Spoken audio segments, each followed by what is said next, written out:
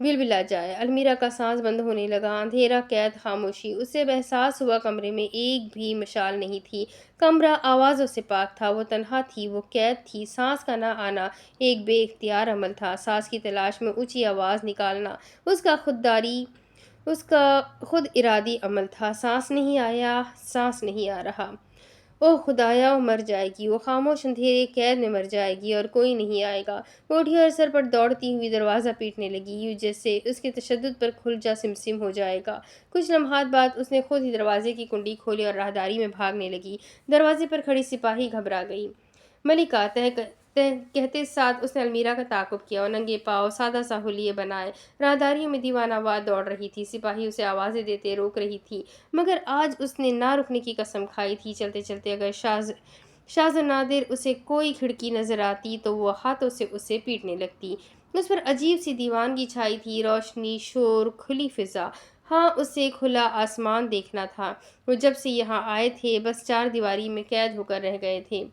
یوں ہی پہلی سے دوسری منزل میں اس نے سیڑھیاں پھلانگتے پار کی۔ غالباً سب لوگ رات کا کھانا کھانے میں مشغول تھے، تبھی راہداریاں خالی تھیں۔ اس کا سر چکرا رہا تھا، پاؤں بھی دو تین مرتبہ لڑکھڑایا، مگر آج وہ اپنی منزل ڈھونڈے بغیر نہیں رکے گی۔ ایک دم پیچھے پلٹ کر دیکھتے جیسے ہی اس نے راہداری میں مڑنا چاہا، اس کا زوردار ٹکراؤ کسی انسان سے ہوا۔ سامنے والے نے بروقت المیرا کو کوہنیوں سے تھام لیا، ورنہ آج اس کے ماتھے کا اللہ ہی حافظ تھا۔